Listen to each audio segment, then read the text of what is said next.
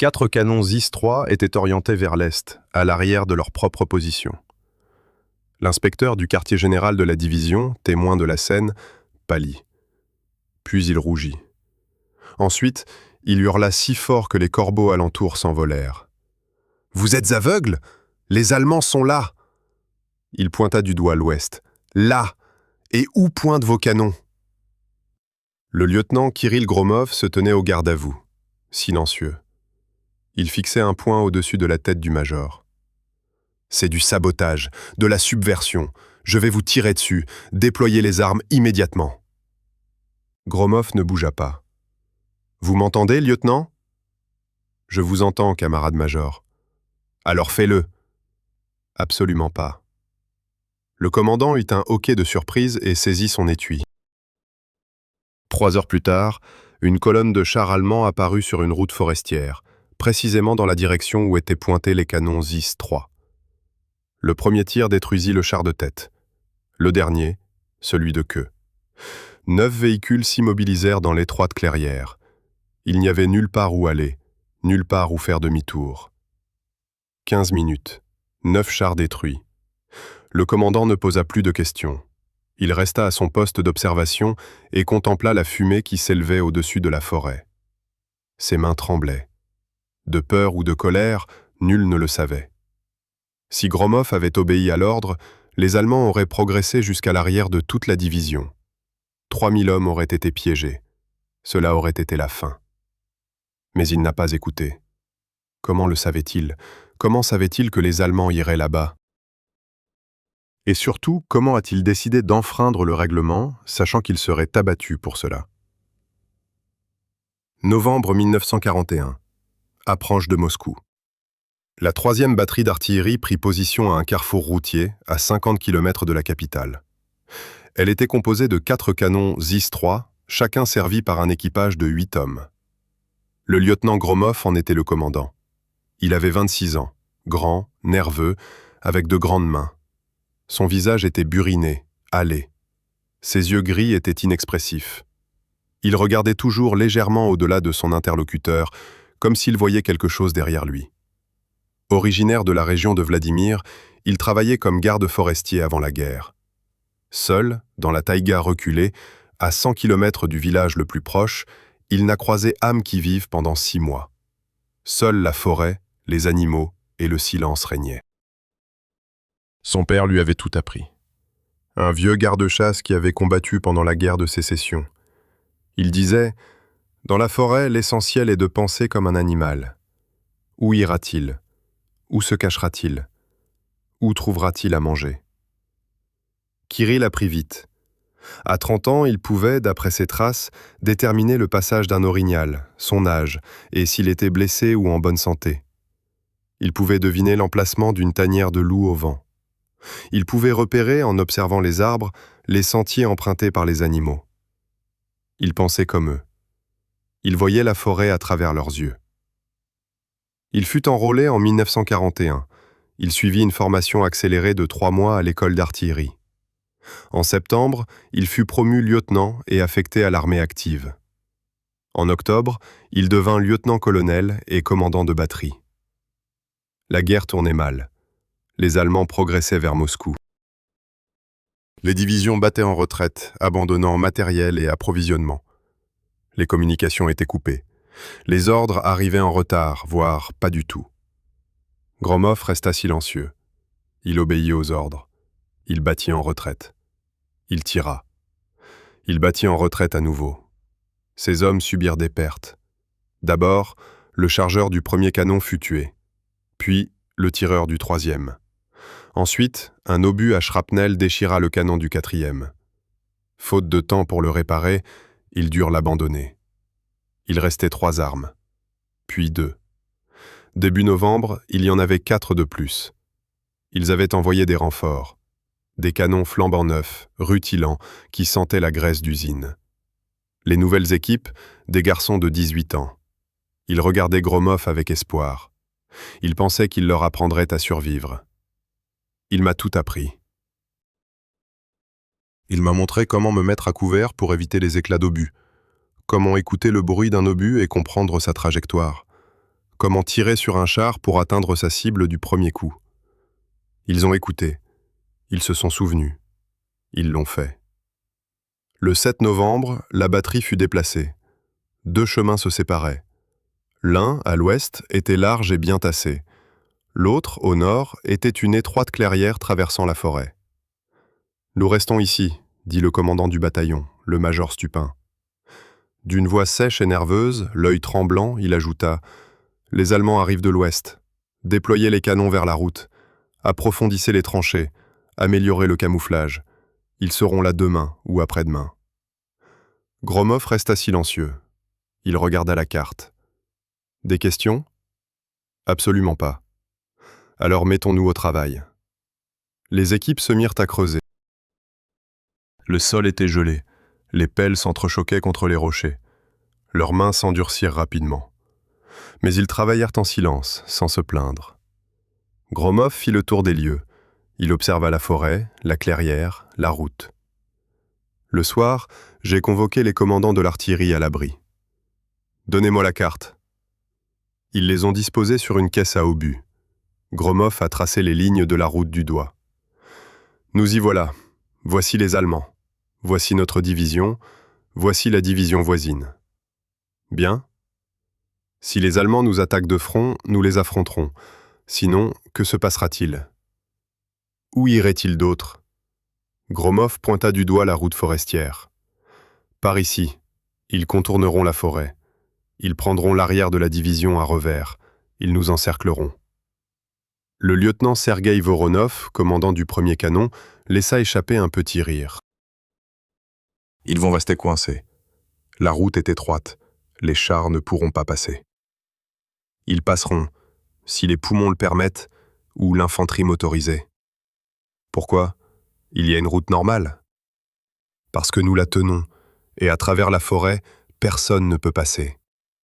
Voronov haussa les épaules. Peut-être, mais il y a des ordres. Regardez vers l'ouest. Gromov resta silencieux. Puis il enroula la carte. Disparaissez, on se lève à 5 heures demain. Il ne dormit pas cette nuit-là. Allongé dans l'abri, il fixa le plafond. Il réfléchissait. Les Allemands ont employé la même tactique tout au long de la guerre, la manœuvre de contournement. Ils encerclaient l'ennemi, coupaient ses communications et le submergeaient par le nombre. Toujours la même stratégie, une attaque frontale de diversion. L'attaque principale venait des flancs ou de l'arrière. Il en sera de même ici. Il le savait. Mais savoir est une chose, prouver en est une autre. Et l'essentiel est de se décider. Il se leva à 4 heures du matin. Il quitta l'abri. Le gel s'intensifiait. Les étoiles brillaient et piquaient. Silence. Je me suis approché des canons. Les servants dormaient encore. Seul l'officier de service était assis près du feu, se réchauffant. Gromov fit le tour de la position. Il regarda vers l'ouest, puis vers l'est. Il retourna au banc des joueurs, s'assit sur une caisse, alluma une cigarette. 1 heure plus tard, j'ai présenté les calculs. « Aux armes, nous allons nous déployer. »« Où ?»« Vers l'est. » Voronov sortit de la tranchée et s'essuya les mains sur sa tunique. « Que voulez-vous dire par « à l'est » ? Il y avait un ordre ? » ?»« L'ordre a changé. »« Quand ? » ?»« Tout à l'heure. »« Qui a changé ?» Gromov le regarda. « Je. » Silence. « Vous êtes fou ?» Voronov s'approcha. « On va se faire fusiller pour ça. »« Peut-être. »« Peut-être ? Ils vont sûrement me tirer dessus. »« Alors ils vous tireront dessus. »« Êtes-vous sérieux ? » ?»« Sérieusement. » Voronov jura. Il s'éloigna. Puis il revint. « Et vous pensez que cela va fonctionner ? » ?»« Pense. »« Et sinon ? » ?»« Alors nous allons tous mourir, ou je serai le seul. Mais au moins de cette façon, il y a une chance. » Voronov resta silencieux. Puis il cracha. « Va te faire foutre. Fais demi-tour. » Gromov acquiesça. « Au travail. » Les canons furent mis en place en 2 heures. Lourds, plus d'1 tonne chacun. Ils étaient tirés à la main à la force des bras. Les canons pointaient désormais vers l'est, sur le chemin forestier, en direction de l'arrière de leur position. Gromov vérifia la visée, puis le camouflage, puis les munitions. Prêt ? Prêt. Alors on attend. Nous avons attendu jusqu'au déjeuner. À midi, un commandant du quartier général de la division arriva. Il sortit de la Willis et fit le tour de la position. J'ai vu les armes. Arrêtez. Il a pâli. Il rougit. Il s'est mis à hurler. Gromov se tenait au garde à vous. Son visage était impassible. Ses mains étaient le long de son corps. Le commandant arpentait la pièce devant lui. Il criait, crachait et brandissait sa tablette. « Vous vous rendez compte de ce que vous avez fait ? Vous vous rendez compte ?» « Je comprends, camarade major. Les Allemands sont là !» Le major pointa du doigt l'ouest. « Là-bas, nom de Dieu ! Et où sont vos canons pointés ?»« Vers l'est. » Je vois où ils regardent. Je demande « Pourquoi ?»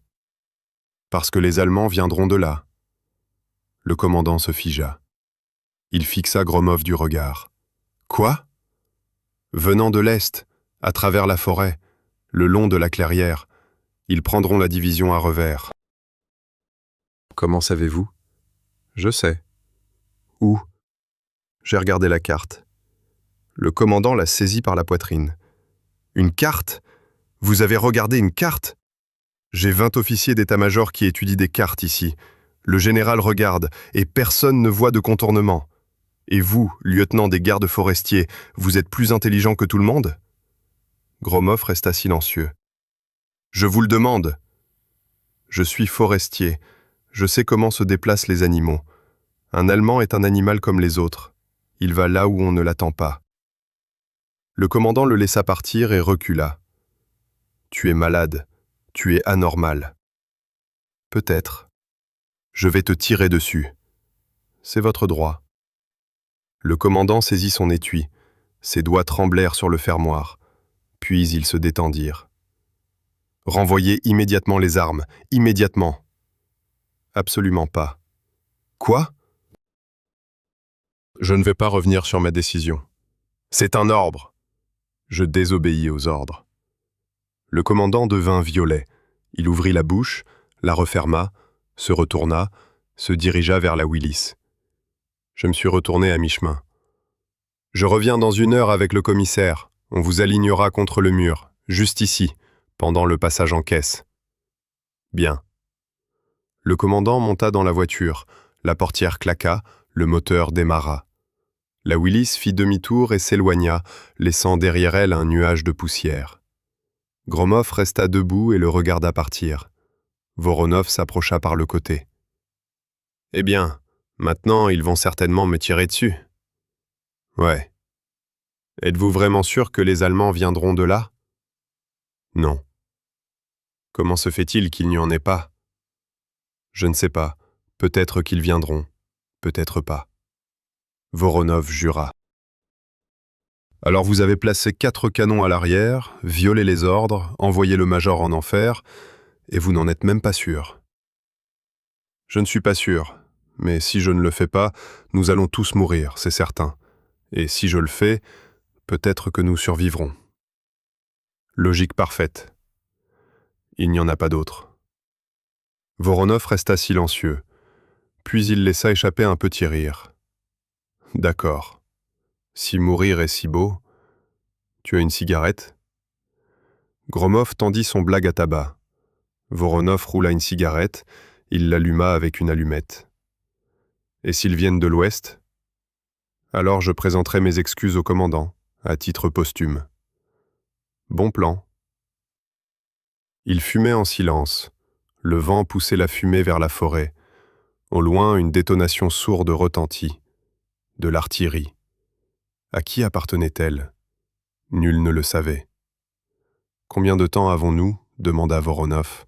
« Jusqu'à quoi ?»« Avant l'exécution. » Gromov regarda sa montre. 1 heure, peut-être 1 heure et demie. Aurons-nous le temps de boire du thé ? On va y arriver. Ils retournèrent à l'abri. Voronov souffla sur les braises du feu. Il mit la théière sur le feu, il y jeta une poignée de thé. Les servants restèrent assis à leur poste, silencieux. Ils regardèrent leur commandant. Ils savaient que quelque chose n'allait pas, mais ils ne posèrent aucune question. Gromov s'assit sur la caisse. Il regarda la forêt, la clairière. Il écouta. Le silence. Seul le vent dans les branches. Et des explosions au loin. Peut-être suis-je vraiment fou, pensa-t-il. Peut-être que personne ne reviendra de là-bas. Peut-être que tout cela n'aura servi à rien. Mais il était trop tard pour battre en retraite. Les canons étaient positionnés à l'est. Le commandant alla chercher le commissaire. Il sera de retour dans 1 heure. Et ensuite, soit ils vous abattront, soit les Allemands arriveront. Il n'y a pas d'autre solution. Voronov apporta le thé et le versa dans la théière. Ici, tant qu'il fait chaud. Gromov le prit. Il se brûla les lèvres, mais il le but. Doux, fort, un bon thé. Vous savez, dit Voronov, si on nous tire dessus, je veux que vous le sachiez. Quoi ? Vous êtes un bon commandant, le meilleur que j'ai jamais eu. Gromov le regarda. Merci. De rien, c'est un fait. Ils finirent leur thé. Voronov prit sa gamelle et alla chercher son fusil. Gromov resta assis. Il regarda la forêt. Et il a écouté. Il a appris à écouter dans la taïga. Son père disait « La forêt nous avertit toujours. 1 heure avant l'apparition d'un animal, les oiseaux se taisent. 1 demi-heure avant, les écureuils se cachent. 10 minutes avant, c'est le silence. » Gromov écouta. Jusqu'ici, tout allait bien. Des corbeaux croassaient, un pic vert frappait quelque part, le vent bruissait dans la cime des arbres. Il ferma les yeux, concentré. « Viens, pensa-t-il, viens, espèce d'enfoiré, prouve-moi que j'ai raison. » Le temps s'éternisait. Les minutes semblaient des heures. Voronov a refait surface. « Écoutez, et si le major revenait avant les Allemands ? Alors nous n'aurons pas le temps. Et c'est tout ? Ils vont juste vous tirer dessus ? Juste. Nous pouvons nous enfuir. » Gromov ouvrit les yeux. Où ? Vers la forêt, pour devenir guerriero. Avec 4 armes. Déposons les armes. Je n'abandonnerai pas. Pourquoi ? Parce que nous en avons besoin. Si les Allemands arrivent, tout le monde mourra faute d'armes. Voronov soupira. Tu es têtu. Je sais. L'horloge affichait 14 heures. 2 heures s'étaient écoulées depuis le départ du commandant. Gromov se leva. Il fit le tour de la position. Il vérifia les armes, les munitions et le camouflage. Tout est en place. Tout est prêt. Il retourna à son poste d'observation. Il leva ses jumelles. Il regarda vers l'ouest, vers la route. Vide. J'ai regardé vers l'est, vers la clairière. Elle était vide, elle aussi. Peut-être avais-je vraiment tort, pensa-t-il. Et à ce moment-là, des corbeaux s'envolèrent en criant des arbres à l'est. Gromov s'est figé. Des corbeaux tournaient en rond au-dessus de la forêt. Ils croassaient.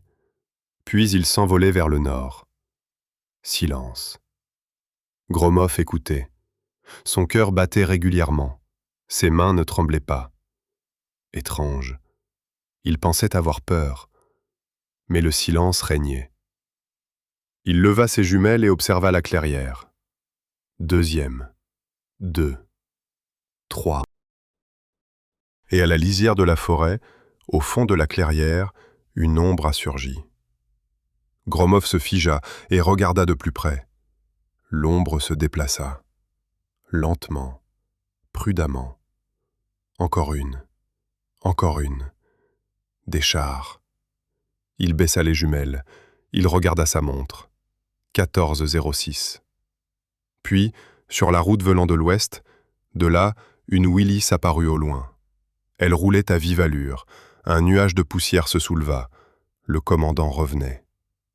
Gromov s'approcha du canon le plus proche et se pencha vers le tireur. « Voyez-vous la clairière ?»« Je vois. Regarde là-bas, les chars arrivent. Le premier que tu mets hors d'état de nuire récupère mes rations pour la semaine. » Le mitrailleur laissa échapper un petit rire. « Et si je ne suis pas sélectionné ? Alors tu t'en ficheras. » La Willis s'arrêta à l'endroit indiqué. 3 personnes en descendirent. Un commandant, un commissaire, un homme corpulent à moustache, et un soldat armé d'un fusil. Le commandant marchait rapidement. Son visage était furieux.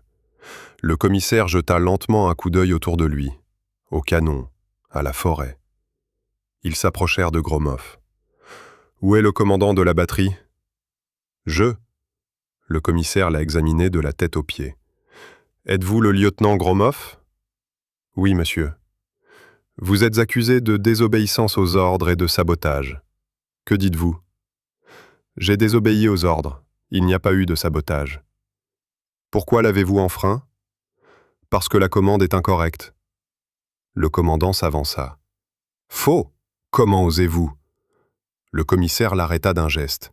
« Expliquez. » Gromov fit un signe de tête vers l'est. « Les Allemands arrivent de là, à travers la forêt. Ils vont sortir d'une minute à l'autre. »« Comment savez-vous ?»« Les corbeaux se sont envolés. Les oiseaux ne mentent pas. » Le commissaire le fixa du regard. « Des corbeaux ?»« Oui. »« Vous pointez des fusils sur des corbeaux ? » ?»« Par les corbeaux, par la carte, par la logique. L'Allemand finit toujours par se débrouiller. » Le commandant s'est pris la tête entre les mains. « Je te l'avais dit, il est fou, malade. » Le commissaire leva la main. Calme. Il regarda Gromov, longtemps, puis la clairière. « Combien de temps avons-nous ? » ?»« Environ 5 minutes, peut-être 10. »« Es-tu sûr ? » ?»« Non, mais si j'ai raison, nous sauverons la division. Sinon, vous nous tirerez dessus. » Le commissaire resta silencieux. Il réfléchissait. Puis il se tourna vers le major. « Attendons 10 minutes. »« Quoi ? » ?»« J'ai dit, on va attendre. S'il a raison, on aura de la chance. Sinon, on les tuera tous les deux. »« Les deux ? » ?»« Toi, pour avoir crié sur un supérieur. Moi. » Le commandant pâlit et se tut. Le commissaire s'assit sur une caisse. Il alluma une cigarette. Il contempla la clairière.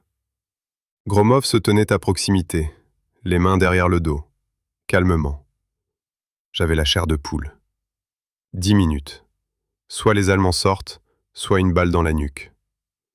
Voronov s'approcha discrètement et se tint à côté d'elle. Bien. Nous attendons. Pendant longtemps ? 10 minutes. Et puis, nous le saurons plus tard. Les minutes s'éternisaient. Chacune paraissait durer 1 heure. Gromov regarda la clairière. Il plissa les yeux. Il écouta. Silence. La forêt était silencieuse. Il n'y avait pas de vent.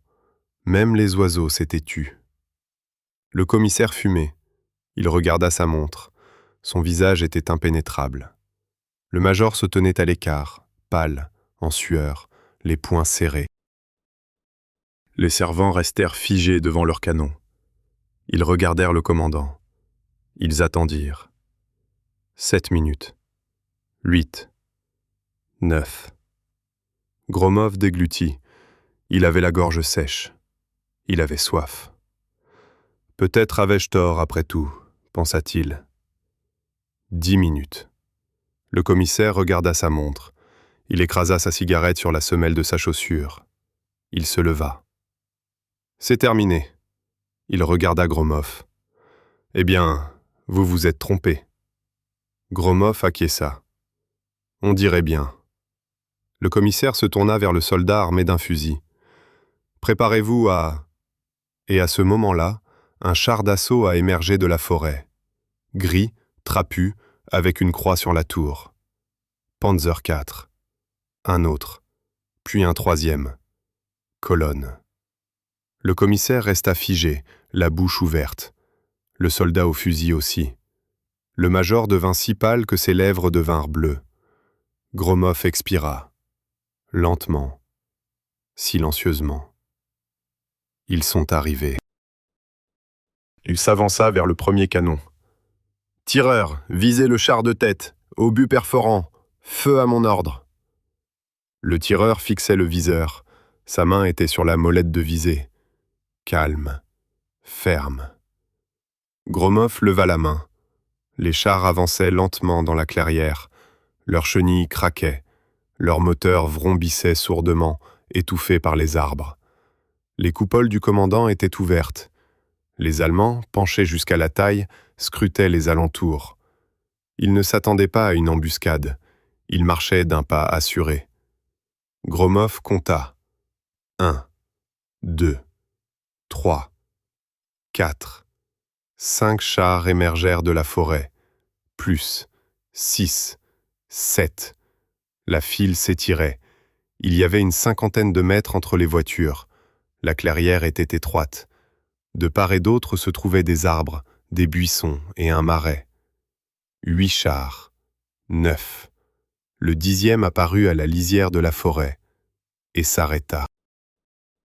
Il couvrit l'arrière. Gromov baissa la main. « Feu !» Le premier canon tonna. L'affût trembla. La terre s'effrita sous le filet de camouflage.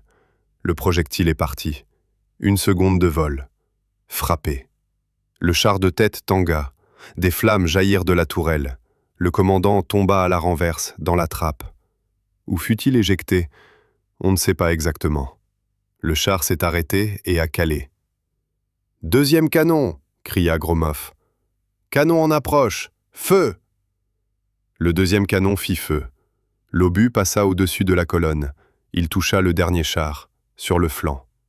Le char a tangué. Une chenille a éclaté. Le véhicule a fait un tête-à-queue à travers la clairière. Il s'est immobilisé. La clairière est bloquée. Un char en feu se trouve devant. Un autre, endommagé, est derrière. 7 véhicules sont immobilisés au milieu. Impossible d'avancer. « Toutes les armes !» Gromov s'avança. « Tirez sur les moyennes. Le premier chargé tire !» Les canons tonnaient presque simultanément. 3 coups. 3 impacts. Le deuxième char prit feu. Le troisième s'immobilisa, une épaisse fumée s'échappant du compartiment moteur. Le quatrième tenta de faire demi-tour, mais ses chenilles s'enlisèrent dans la boue. Les Allemands comprirent. Les tourelles pivotèrent. Les canons cherchèrent une cible. « À terre !» aboya Gromov. Les hommes se sont jetés dans les tranchées et se sont couverts la tête avec les mains. Les canons allemands firent feu. 3 coups. Les obus passèrent haut dans le ciel. L'un s'enfonça dans la forêt. Le deuxième déchira un pin à une 20aine de mètres. Le troisième ricocha et siffla vers le ciel. Il ne voit rien. Le camouflage fonctionne. « Chargez !» cria Gromov. « Plus vite !» Les chargeurs s'affairaient autour des canons. Ils ouvraient les verrous. Ils y enfonçaient des obus. Ils les refermaient. Ils reculaient d'un bond. Prêt ? Feu ! Un autre grondement. Un autre recul. Un autre coup. Le 5e char prit feu. Le 6e s'immobilisa, sa tourelle percée. Le 7e tenta de pénétrer dans la forêt, mais se retrouva coincé entre les arbres. Il en restait 3. Le 8e, le 9e et le 10e. Ils comprirent d'où provenaient les tirs. Les tourelles s'orientèrent précisément vers leur position. Les canons prirent la cible. Gromov a vu cela. « Tout le monde dans les tranchées, plus profond !» Les Allemands tirèrent une salve. 3 obus. Le premier frappa devant le premier canon, une explosion, une gerbe de terre. Le deuxième passa au-dessus du deuxième canon, emportant le filet de camouflage. Le troisième atteignit le parapet de la 3e tranchée. L'équipe du 3e canon était ensevelie sous la terre. Des gens sont tombés dans la fosse. Quelqu'un a crié. Gromov sauta sur place. « 3e coup de feu, vivant ?»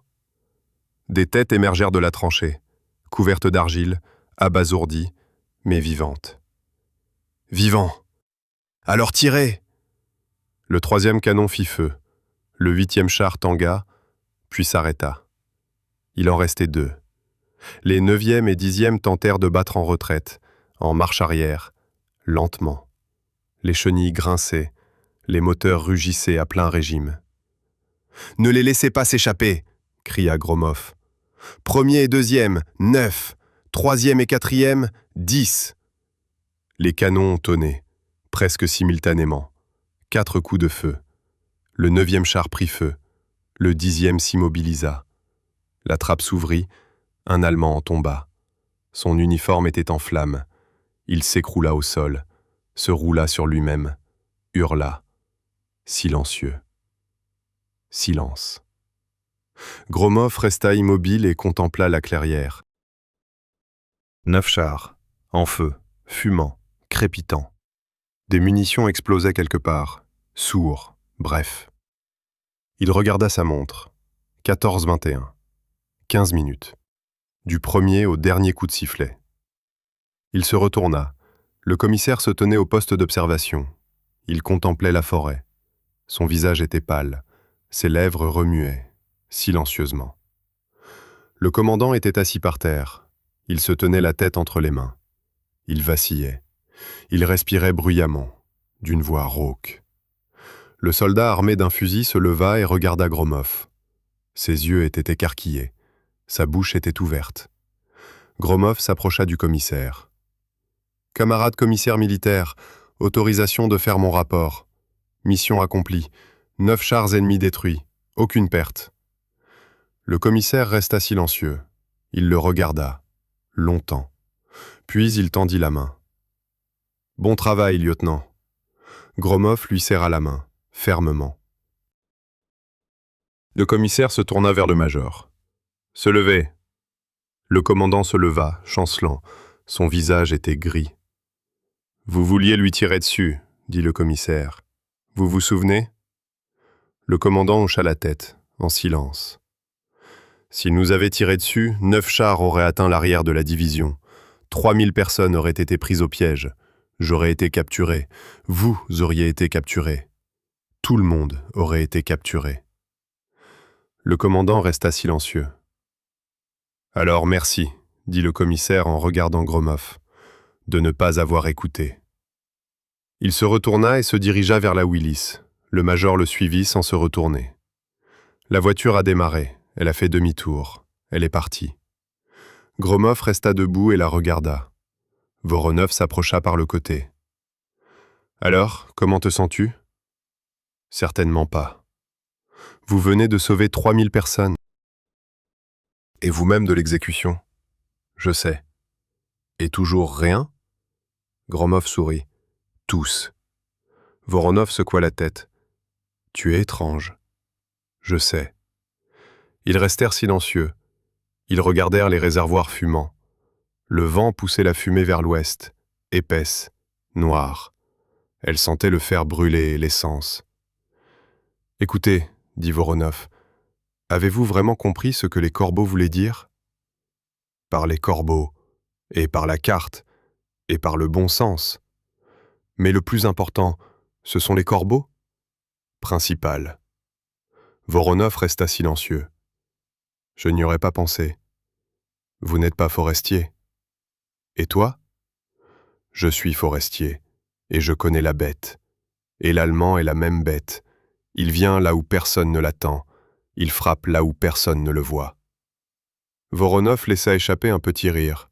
« Alors tu vas te battre comme ça pendant toute la guerre, contre des corbeaux ? » « Si nécessaire. »« Eh bien, attention à ne pas rater. Je vais essayer. » Ils retournèrent au canon.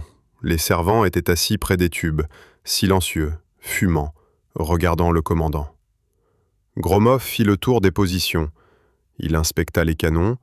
L'un d'eux avait un bouclier tordu, un fragment d'obus allemand. Mais il pouvait tirer. Il reste la moitié des munitions, 40 obus par canon, de quoi tenir une dernière bataille. Il retourna au banc des joueurs.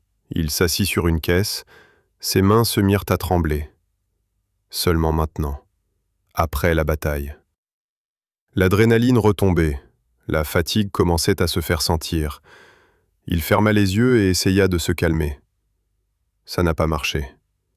J'ai vu des chars d'assaut devant mes yeux, en feu, fumant, et un Allemand en flammes, se roulant par terre, hurlant.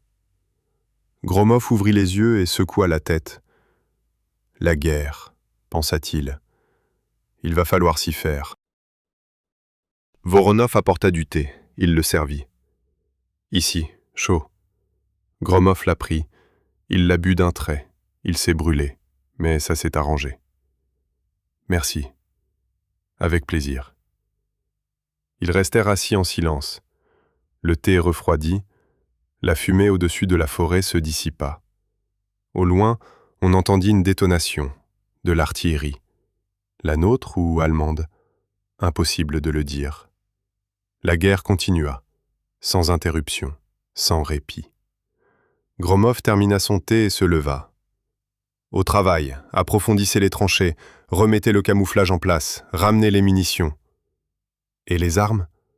Laissez-le tel quel. »« Vers l'est ? » ?»« Vers l'est. » Voronov sourit. « Pensez-vous que d'autres viendront ? » ?»« Ils viendront, c'est certain. Les Allemands sont têtus. Si ça ne marche pas, il réessayera. Alors nous nous rencontrerons.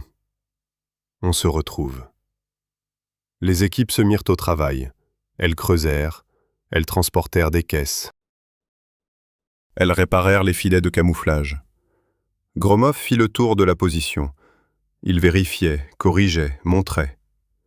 Le soir venu, tout était prêt. Les canons étaient à leur place, leurs tubes pointaient vers l'est. Les munitions avaient été renouvelées. Le camouflage était rétabli. Gromov fit un dernier tour autour de la position et se déclara satisfait. Je suis retourné à l'abri. Je me suis allongé sur la couchette. J'ai fermé les yeux. Je me suis endormi aussitôt. Pas de rêve, pas de pensée. J'ai dormi 4 heures. Je me suis réveillé en sursaut à cause d'un cri. « Au combat !» Il a bondi et a couru hors de l'abri. Nuit, obscurité. Seules les étoiles brillent. Et à l'est, le grondement lointain des moteurs. Les Allemands avançaient de nouveau. Mais c'est une autre histoire. Celle dont nous parlons s'est terminée le 15 novembre 1941. Ce jour-là, un document parvint au quartier général de la division. Un ordre de décoration. Le lieutenant-colonel Kirill Stepanovitch Gromov était proposé pour l'ordre de l'Étoile rouge pour son accomplissement exemplaire lors d'une mission de combat et pour son courage. La remise de la médaille eut lieu sans cérémonie, dans un abri. Le commissaire épingla la médaille sur sa tunique et lui serra la main. « Continuez comme ça, lieutenant. Je sers l'Union soviétique. » Le commandant se tenait à proximité, celui-là même qui avait menacé de tirer. Il regarda Gromov, longtemps. Puis il hocha la tête, presque imperceptiblement. On aurait dit des excuses, ou un aveu, ou juste un signe de tête. Gromov acquiesça d'un signe de tête. Ils ne se parlaient plus. Gromov a combattu pendant toute la guerre. Il a atteint Berlin. Il a combattu selon le même principe, penser comme une bête.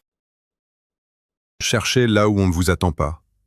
Frappez là où vous ne pouvez pas voir. Ça a marché. 5 de ces hommes périrent durant toute la guerre. Sur le front, où un artilleur sur 3 survivait, c'était un miracle.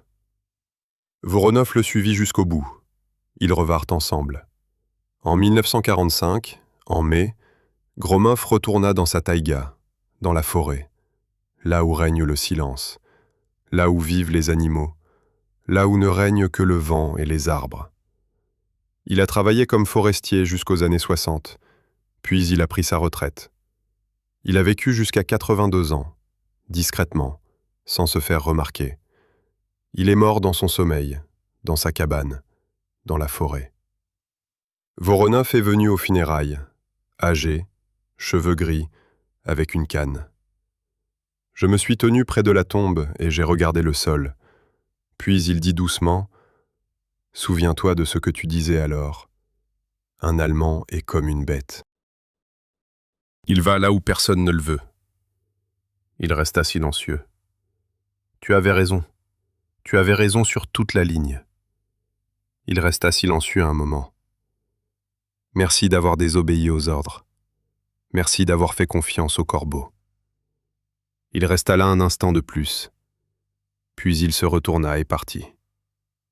Et à l'est, au-dessus de la forêt, des corbeaux tournaient en rond.